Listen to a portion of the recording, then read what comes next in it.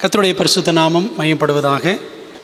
இந்த ஒவ்வொரு மாதத்தின் முதல் நாள் அதிகாலை வேளையிலும் இதோ தேவ ஆட்டுக்குட்டி, behold the lamb of God என்ற தலைப்பின் கீழே நாம் ஆண்டவர் இயேசு கிறிஸ்துவனுடைய வாழ்க்கையை, அவருடைய குணாம்சங்களை நாம் கற்று வருகிறோம்.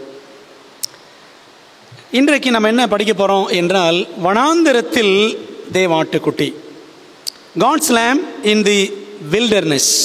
God's lamb in the wilderness. யோவான் 16ஆம் அதிகாரம் 33ஆம் வசனத்தில் ஆண்டவர் இயேசு கிறிஸ்து சொன்னார், என்னிடத்தில் உங்களுக்கு சமாதானம் உண்டாயிருக்கும் பொருட்டு இவைகளை உங்களுக்கு சொன்னேன். உலகத்தில் உங்களுக்கு உபத்திரவம் உண்டு, ஆனாலும் திடன் கொள்ளுங்கள், நான் உலகத்தை ஜெயித்தேன் என்றார். இன்னொரு வசனம் 1 கொரிந்தியர் 15:57 ஆரம்பத்தில் வாசி கேட்டோம். நம்முடைய கர்த்தராகிய இயேசு கிறிஸ்துவினாலே நமக்கு ஜெயம் கொடுக்கிற தேவனுக்கு ஸ்தோத்திரம் என்றும் வாசித்தோம். அன்பானவர்களே, ஆட்டுக்குட்டியானவர் எங்கே போனாலும் அவரை பின்பற்றுகிறவர்கள் இவர்களே என்று வெளிப்படுத்தல் 14ஆம் அதிகாரத்தில் வாசிக்கிறோம். ஆட்டுக்குட்டியானவர் எங்கே போனாலும் உன்னதத்தில் அவரை பின்பற்ற போகிறவர்கள் உலகத்திலும் இருக்கும்போது அவரையே உண்மையாய் உறுதி குலையாமல் பின்பற்ற வேண்டும். 144,000 பேர் ஆட்டுக்குட்டியானவர் எங்கே போனாலும் அவர் பின்பற்றுவார்கள்னு படிக்கிறோம்ல, வெளிப்படுத்தல் 14:4.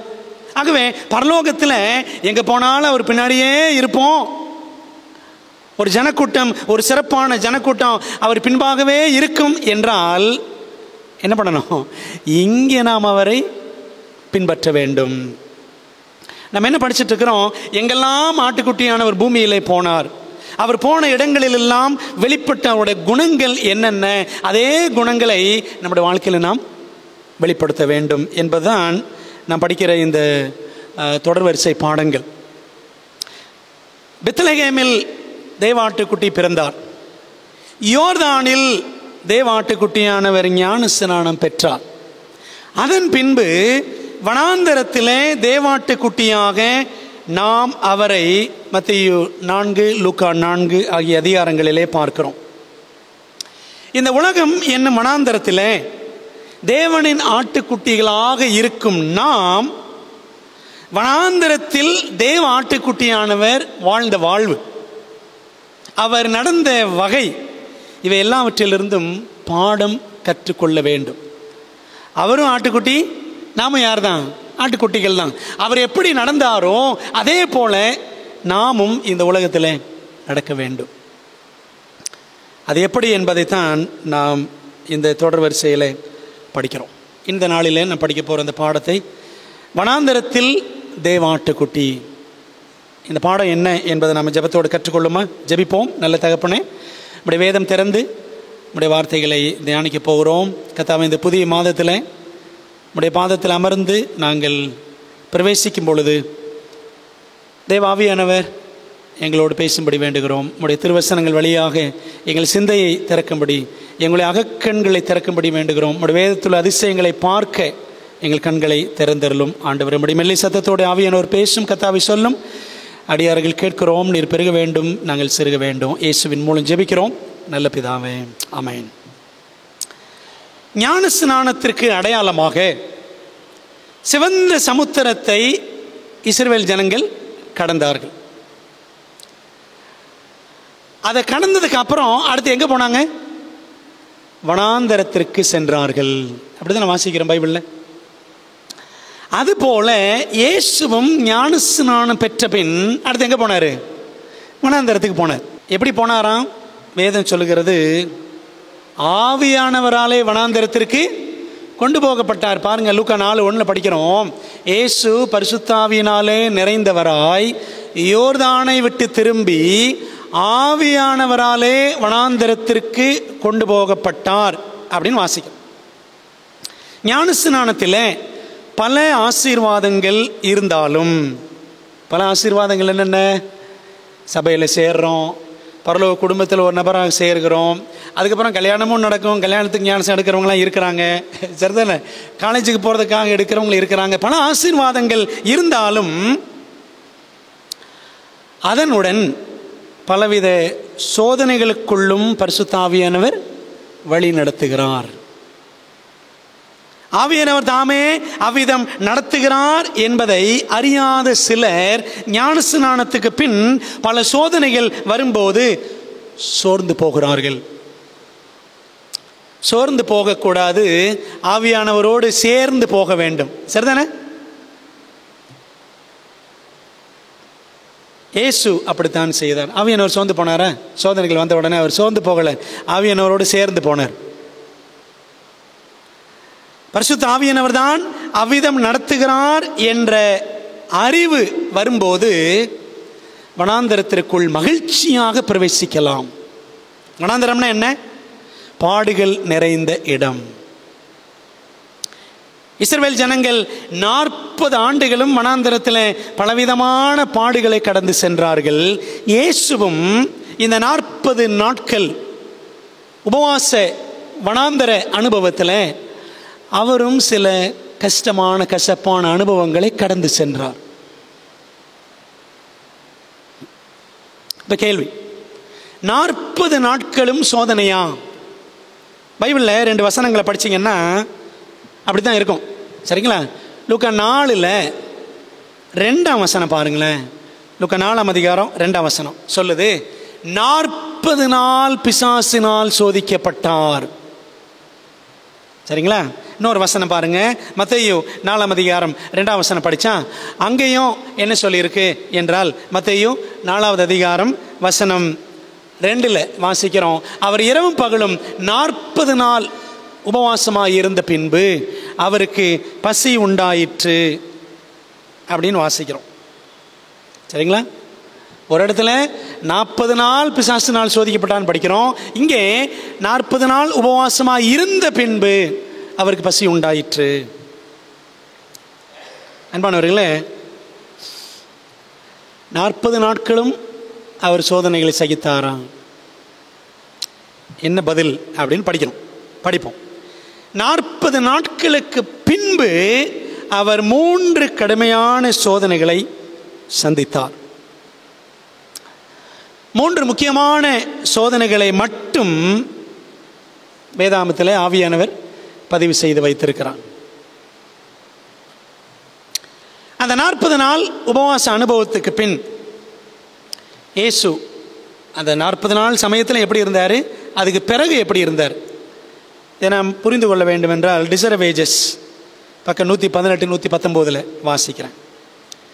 When Jesus entered the wilderness, he was shut in by the Father's glory.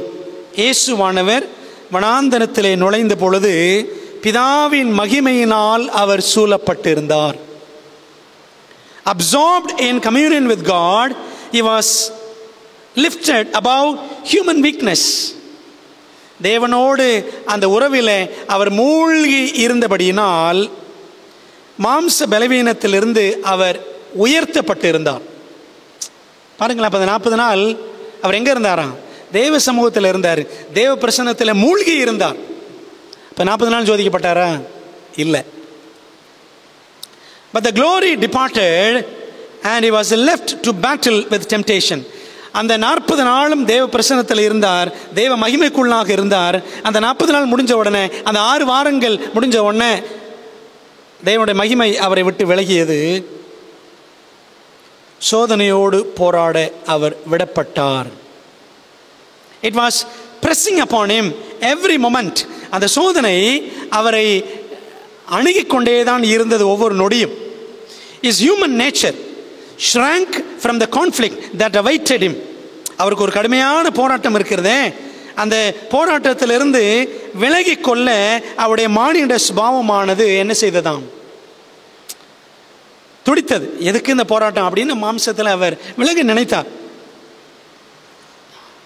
For 40 days he fasted and prayed. 40 நாட்கள் உபவாசித்து ஜெபித்தார். Weak and emaciated from hunger, worn and haggard with mental agony, his visage was so marred more than any man, and his form more than the sons of men.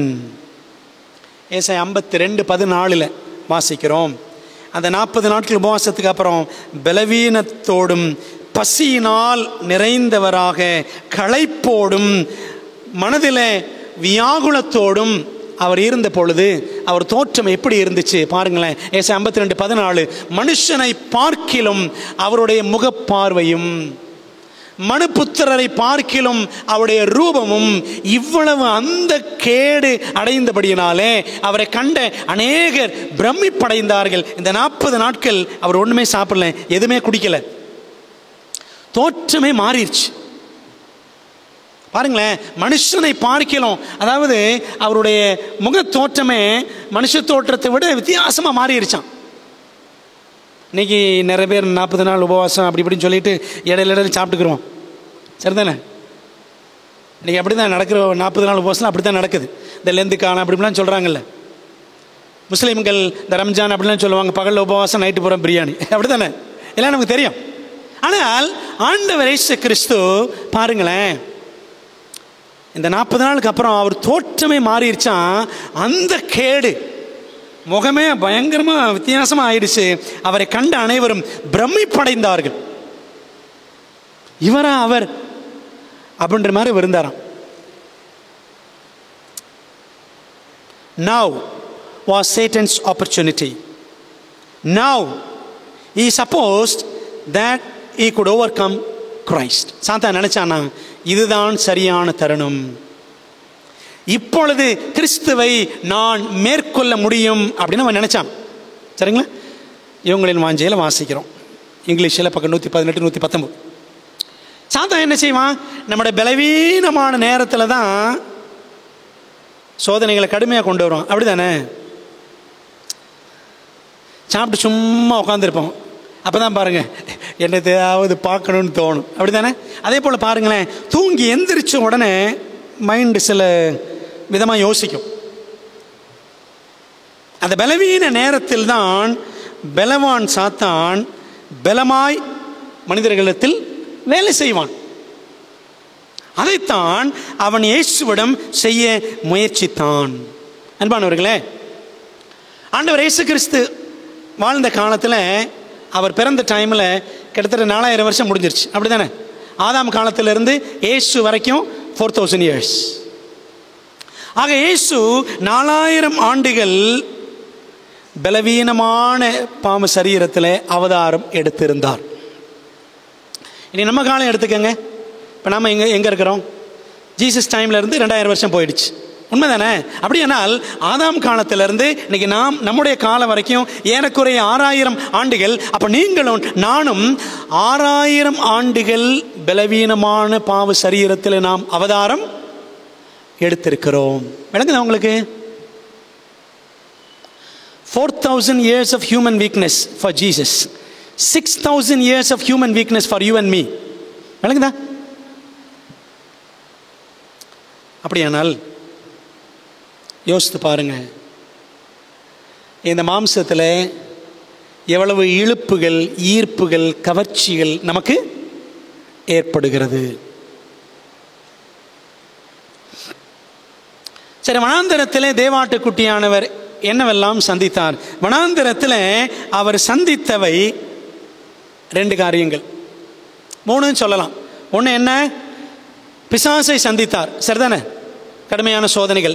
2வது Bible சொல்லுது அவர் காட்டு மிருகங்களை சந்தித்தார். பாருங்க, mark 1:13 வாசிக்கிறோம். அவர் வனாந்தரத்தில் 40 நாள் இருந்து சாத்தானால் சோதிக்கப்பட்டு அங்கே காட்டு மிருகங்களின் நடுவிலே சஞ்சரித்து கொண்டிருந்தார். இது 2வது. 3வது, அதுக்கப்புறம் தான் யார் வந்தா? தேவதூதர்கள் வந்து அவருக்கு ஊழியம் செய்தார்கள். So Jesus met in the wilderness 3 types of group. 3 வகையான கூட்டங்களை சந்தித்தார். 1 பிசாசு, 2வது மிருகங்கள், 3வது தூதர்கள். சரிங்களா? இதை படிக்கலாம். முதலாவது, அவர் பிசாசினால் சந்தித்த சோதனைகள். முதல் ஆதாமுக்கும் 3 சோதனைகள், 2ஆம் ஆதாமுக்கும் 3 சோதனைகள், சரிதானே? எப்படி? ஏதேனின் ஏவாள் ஆதாம் சந்தித்த 3 சோதனைகள். அதே 3 அதிகாரம் 5, 6 வசனங்களை வாசிக்கிறோம். முதல்ல வசனங்களை வாசிப்போம். நீங்கள் இதை புசிக்கும் நாளிலே உங்கள் கண்கள் திறக்கப்படும் என்றும், நீங்கள் நன்மை தீமை அறிந்து தேவர்களைப் போல் இருப்பீர்கள் என்றும் தேவன் அறிவார் என்றது சர்ப்பம்.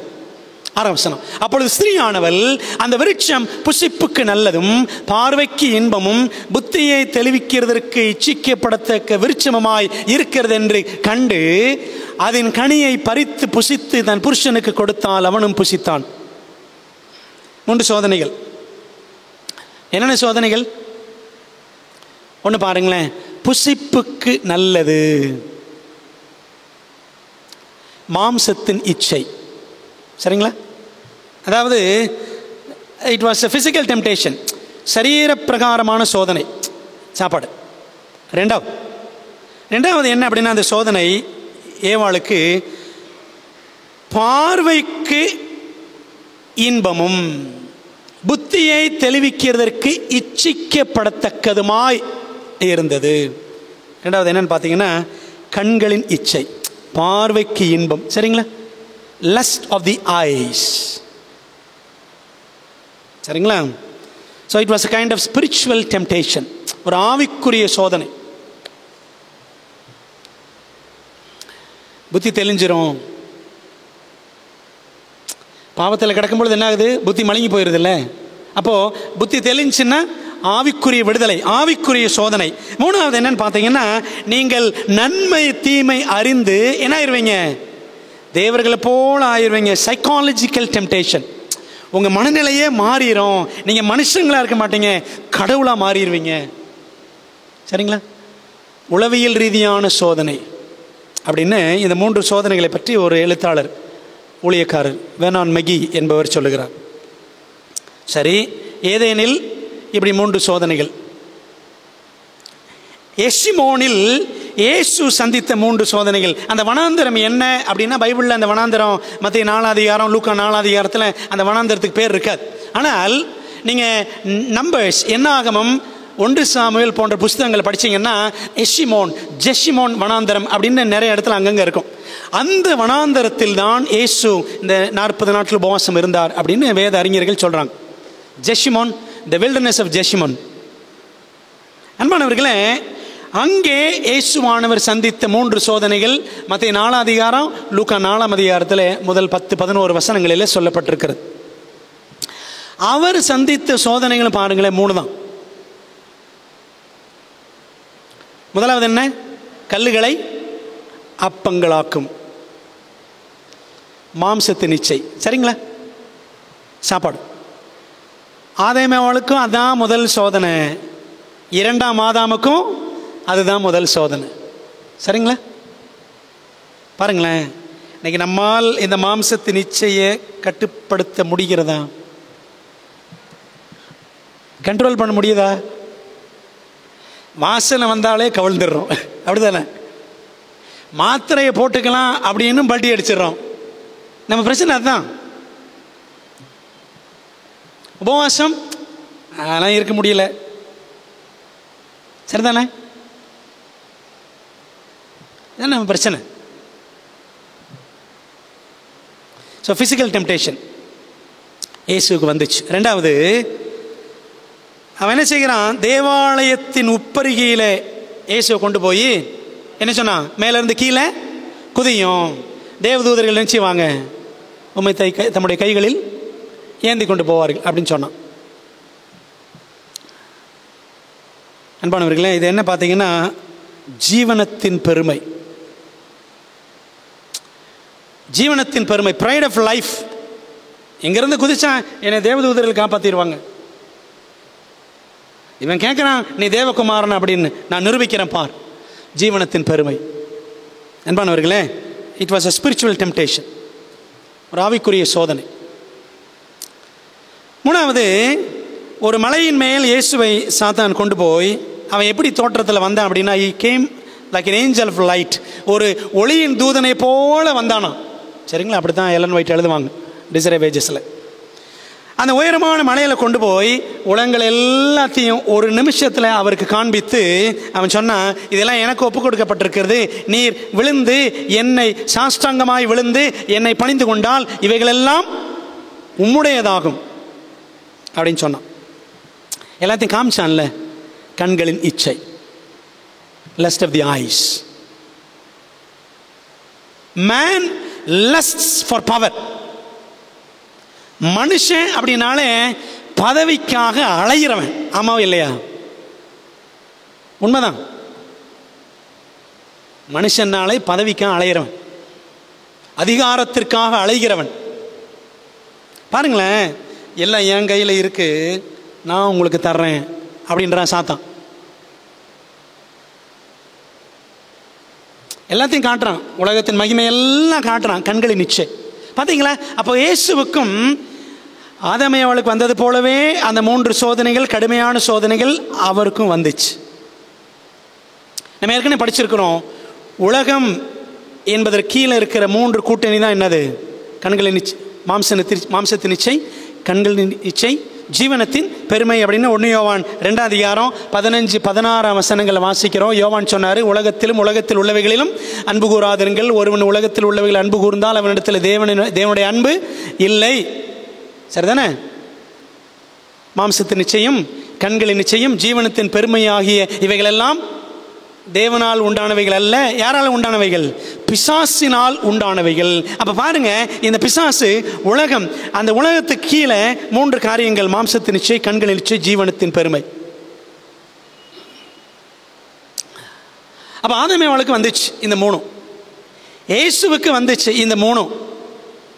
உங்களுக்கு எனக்கு வருமா வராதா? வந்துகிட்டு தான் இருக்கு. ஜெயிக்கிறோமா இல்லையா? அதான் நம்முடைய கேள்வி. அன்பானவர்களே, ஆனால் இயேசு சொன்னார், நான் உலகத்தை ஜெயித்தேன். உலகம்னா என்ன? அந்த 3ஐயும் நினைக்கணும். சரிங்களா? சொன்னேன்ல, மாம்சத்தின் நிச்சை, கண்களின் நிச்சை, ஜீவனத்தின் பெருமை. இதாங்க உலகம்.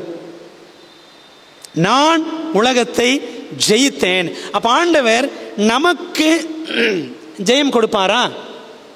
அதான் படித்தோம். நம்முடைய கர்த்தராகிய இயேசு கிறிஸ்துவினாலே நமக்கு ஜெயம் கொடுக்கிற தேவனுக்கு ஸ்தோத்திரம். பிரியமானவர்களே, வனாந்தரத்தில் தேவாட்டுக்குட்டியானவராகிய இயேசுவை பார்க்கிற நாம், அவர் ஜெய கிறிஸ்து, என்னையும் ஜெய கிறிஸ்தவனாக மாற்ற வல்லவர் என்று அந்த நோக்கத்திலே நாம் அவரை பார்க்க வேண்டும். சரிங்களா? நம்ம அவர் பார்க்கறதெல்லாம் எப்படி? நமக்கு பொருள் கொடுப்பார் அப்படிதான் பார்க்கிறோம். நமக்கு ஜெயம் கொடுப்பார் என்று பார்க்கிறோமா?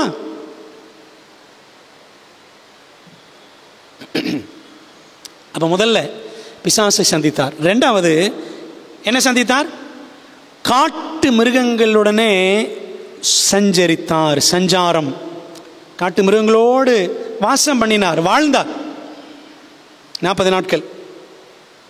பிரியமானவர்களே, அப்போ அது தேவனுடைய திட்டமாக இருந்துச்சு. பிதாவின் திட்டம் 40 நாள் உபவாசம் இருக்கணும், மிருகங்களோடு இருந்தார் அந்த காட்டுக்குள்ள.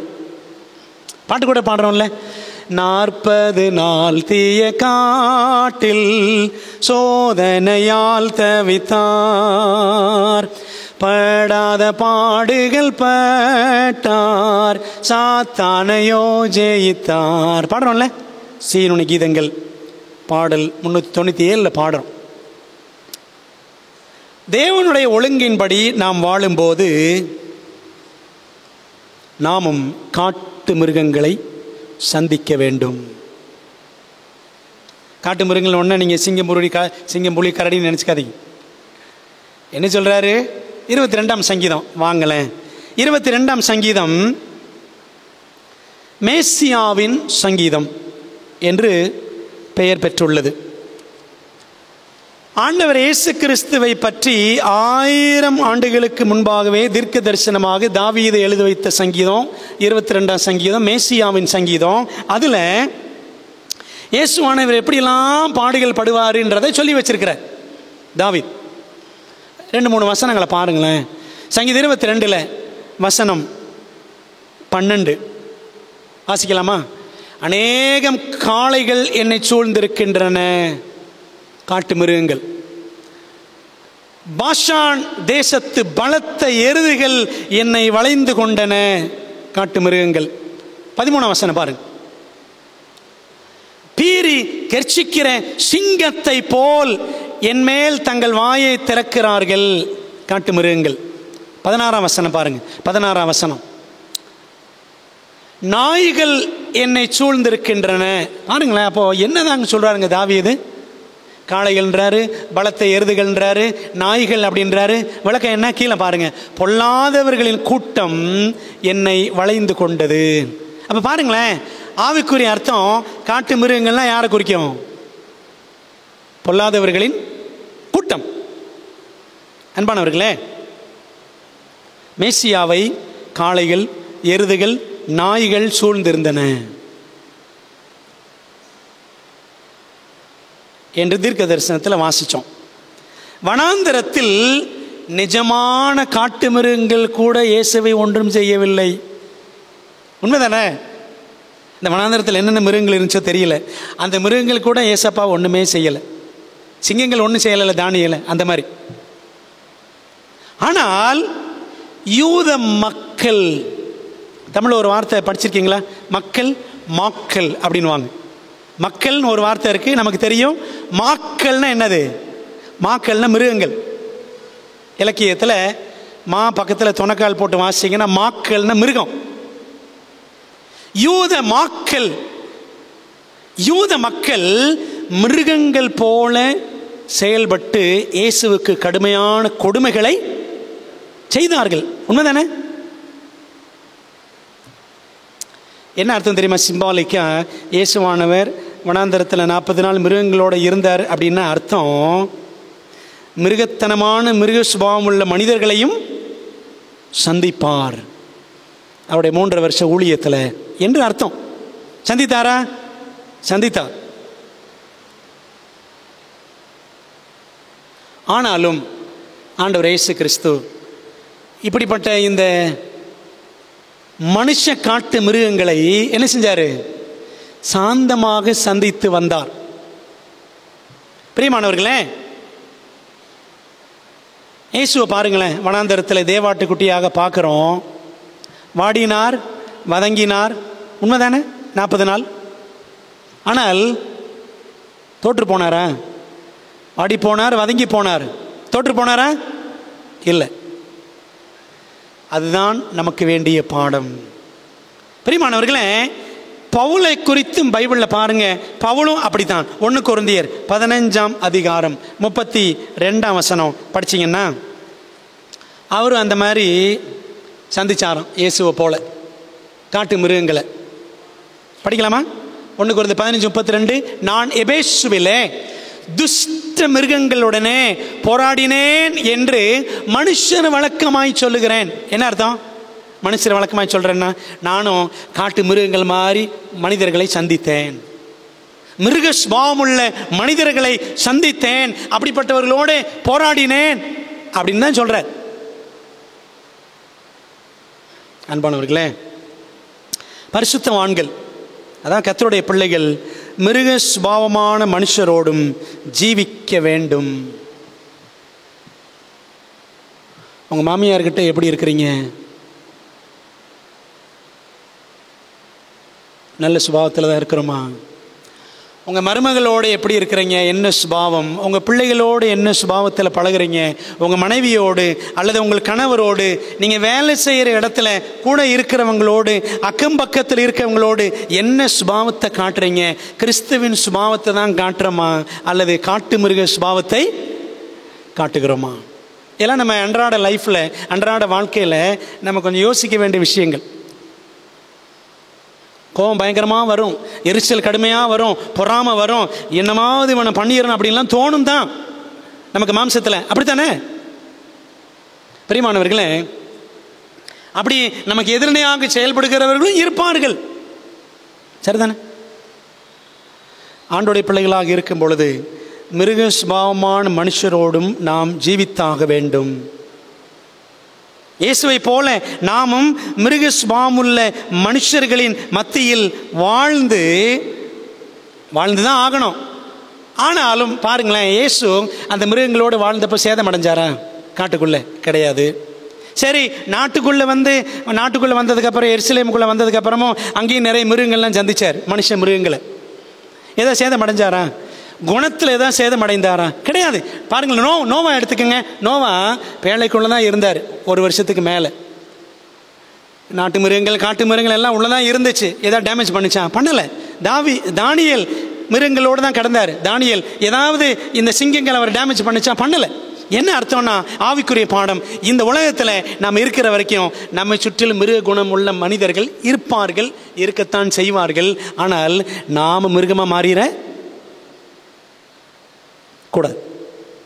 விளங்குதா? ஒருத்தர் எனக்கு விரோதமாக செயல்படுறாரு, நான் அவனை பழி வாங்கணும், அப்படி இருக்கக்கூடாது. விளங்குதா உங்களுக்கு? இதாங்க தேவன் நம்மிடத்தில் எதிர்பார்க்கிற திவ்ய சுபாவம். வனாந்தரத்தில் ஆட்டுக்குட்டி எப்படி இருந்தார்? அந்த 40 நாள் மட்டுமல்ல, அதுக்கப்புறம் அவர் செய்த அடுத்த 3.5 ஆண்டுகளும் எத்தனையோ மிருகங்களை சந்திச்சார். யூதாஸ் என்ற மிருகத்தை சந்திச்சார், உண்மைதானே? பிலாத்து என்ற மிருகத்தை சந்தித்தார், ஏரோது என்ற மிருகத்தை சந்தித்தார், யூத மக்கள் என்ற மிருக கூட்டத்தை சந்தித்தார். ஆனாலும் அவர் ஆட்டுக்குட்டியாகவே தான் நிலைத்து நின்றார். அன்பானவர்களே, ஆகவே நாம் ஒருவேளை அப்படி மனுஷர்கள் மத்தியில், மிருக குணம் படைத்த மனுஷர்கள் மத்தியில் வாழ நேரிட்டாலும் அப்படிப்பட்டவர்களால் சேதமடையாமல், அதாவது நம்முடைய குணசீலத்திற்கு, நம்முடைய குண வளர்ச்சிக்கு எவ்வித மாற்றமும் தடுமாற்றமும் ஏற்படாமல் நாம் ஜீவிக்க வேண்டும். ஒரு முக்கியமான கடைசி பாடத்தை சொல்லி முடிக்க விரும்புகிறேன்.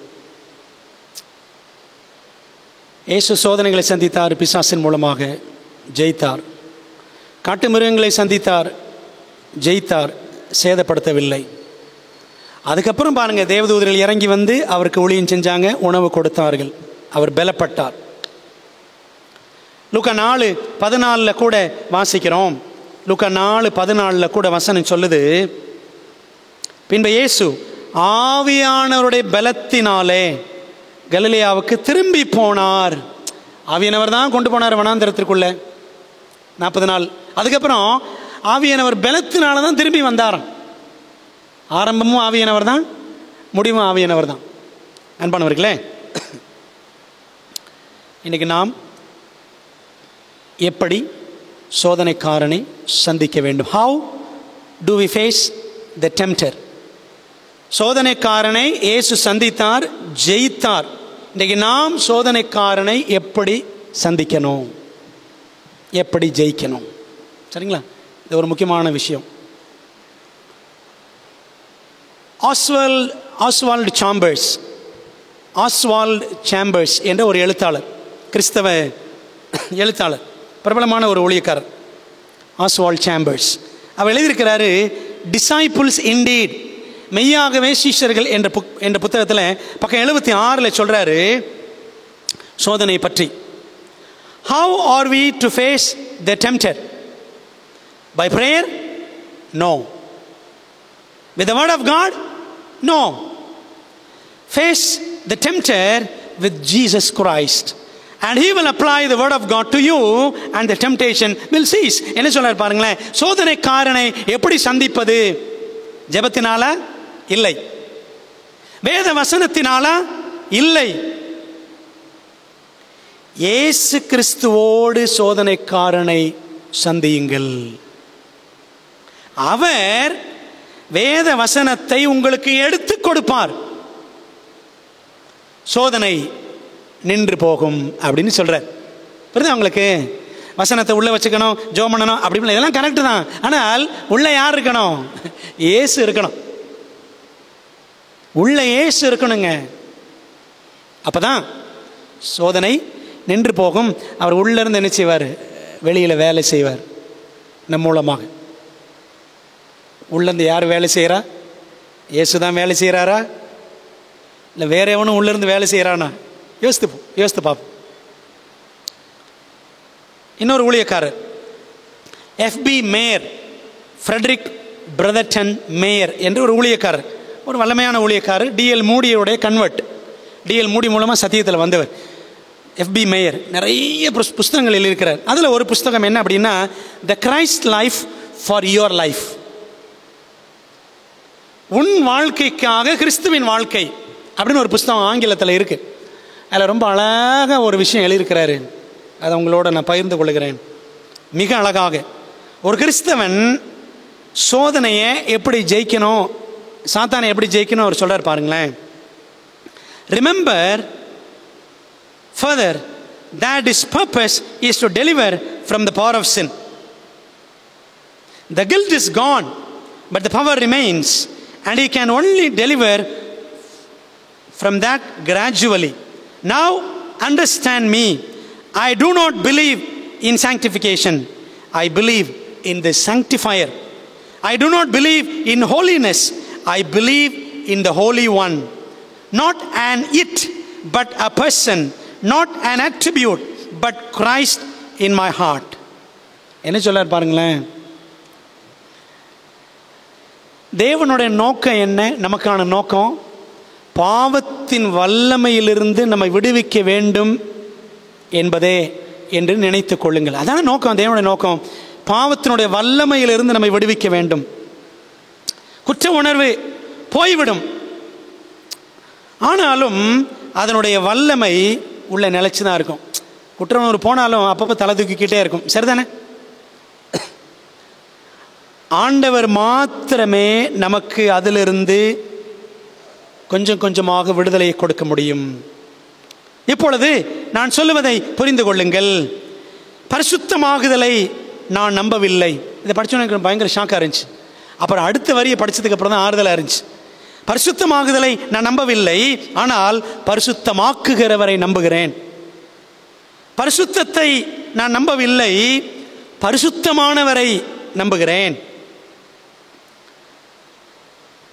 அவரை அது இது என்று நான் எண்ணுவதில்லை, அவரை நபராக பார்க்கிறேன். அதாவது பரிசுத்தமாகுதல் அந்த அனுபவத்தை நான் பார்க்கல, பரிசுத்தமாக்குகிறவரை நான் பார்க்கிறேன்.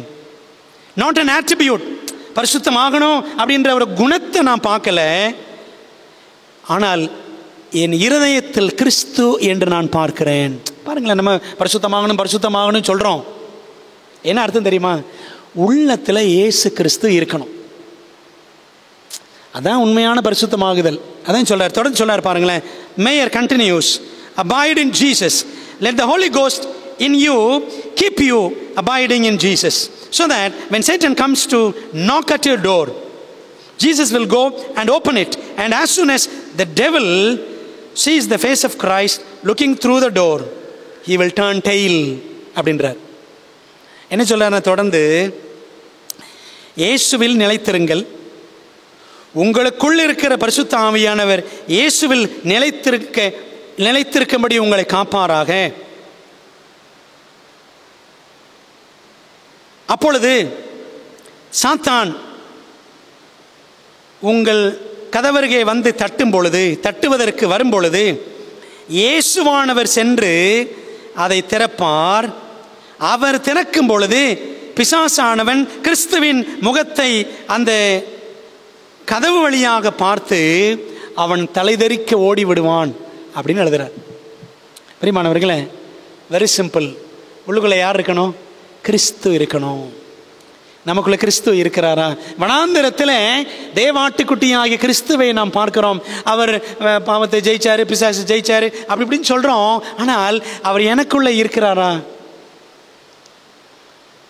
எனக்குள் இருந்து அவர் ஜெயத்தை தருகிறாரா அப்படின்னு யோசித்து பார்க்கணுங்க.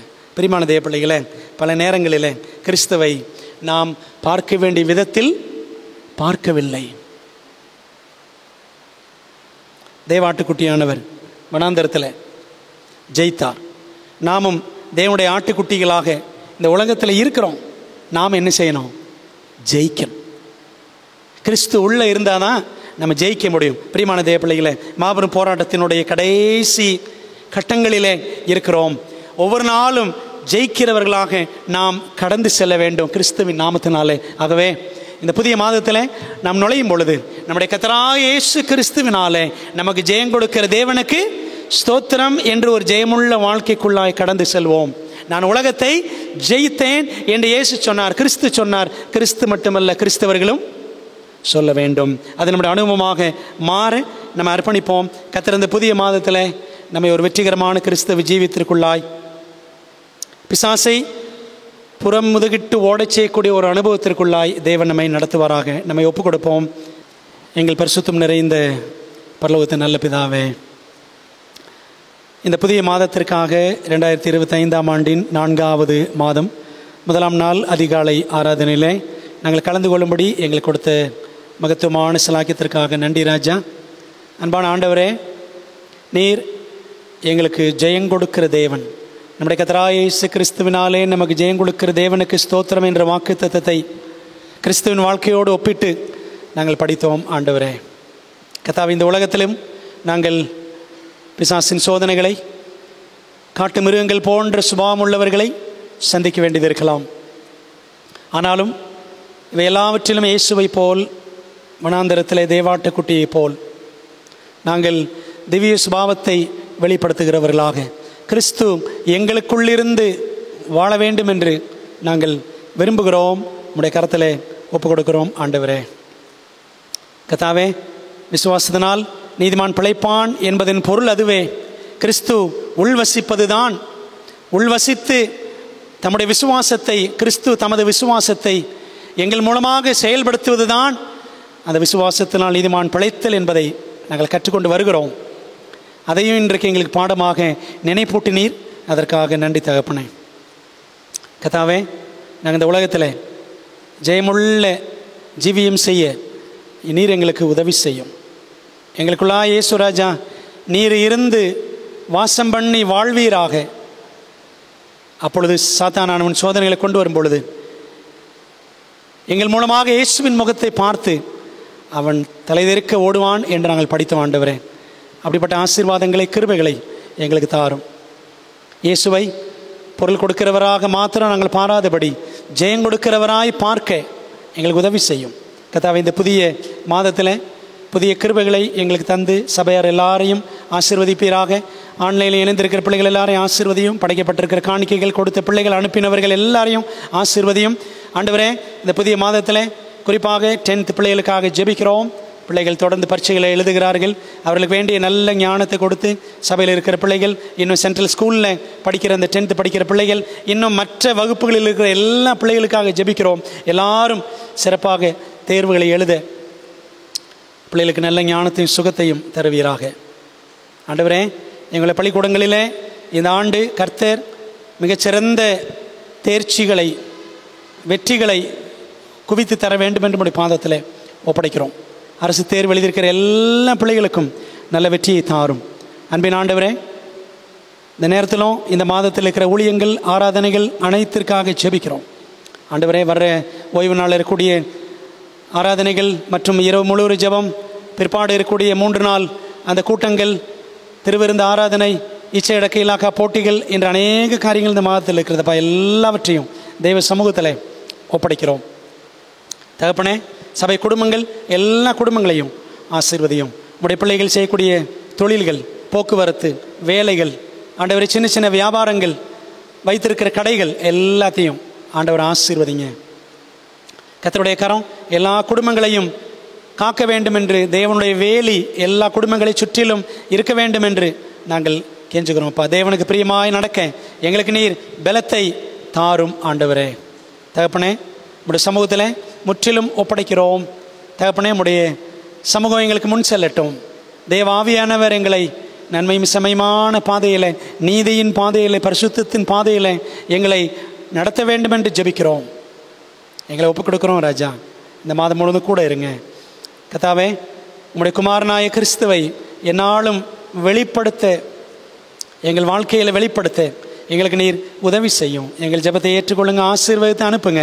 ஆண்டவரே, யார் யார் விண்ணப்பங்களோடு, தேவைகளோடு, தங்கள் மனதில் வியாகுலத்தோடு வந்திருக்கிறார்களோ அவர்கள் எல்லாருக்கும் ஆண்டவர் பதில் கொடுத்து ஆறுதல் கொடுத்து ஆசீர்வதிக்க வேண்டும் என்று கெஞ்சுகிறோம். இந்த கோடை காலத்திலும் நீதாமே தகப்பனே எங்களையும் எங்கள் பிள்ளைகளையும் சபை குடும்பங்கள் எல்லாரையும் தேவன் வெயிலின் கொடுமையிலிருந்து காக்க வேண்டும் என்று ஜெபிக்கிறோம். எங்களுக்கு நீர் நிழலாய் இருப்பதற்காக ஸ்தோத்திரம். எங்களை தொடர்ந்து நடத்தும், ஆசீர்வதியும். தேவனுடைய நாமம் மகிமைப்படவும். ஆண்டவரே, வருகிற நாட்களிலே இந்த VBS ஊழியங்களையும் சிறப்பாக செய்யவும் கர்த்தர் எங்களுக்கு அருள் தாரும். ஜெபத்தை ஏற்றுக்கொள்ளும், ஆசீர்வதித்து அனுப்பும். இயேசுவின் நாமத்தில் ஜெபிக்கிறோம் ஜெபங்கேலும் நல்ல பிதாவே, ஆமென். என் ஆத்மாவே கர்த்தரை ஸ்தோத்திரி, என் முழு உலமையோட பரிசுத்த நாமத்தை ஸ்தோத்திரி. என் ஆத்மாவே கர்த்தரை ஸ்தோத்திரி, அவர் செய்த சகல உபகாரங்களையும் மறவாதே. ஆமென். நம்முடைய கர்த்தராக இருக்கிற இயேசு கிறிஸ்துவின் கிருபையும் பிதாவாகிய தேவனுடைய அன்பும் ஆவியானவரின் ஐக்கியமும் ஆசீர்வாதமும் தேவதூதர்களின் பாதுகாப்பும் வழிநடத்தலும் இந்த புதிய மாதத்தில் பிரவேசிக்கிற கர்த்தருடைய பிள்ளைகளை எல்லாரோடும் தேவாசீர்வாதம் பரீட்சை எழுதக்கூடிய பிள்ளைகளோடும் என்றும் என்றும் சதா காலங்களிலும் தங்கியிருப்பதாக. ஆமென்.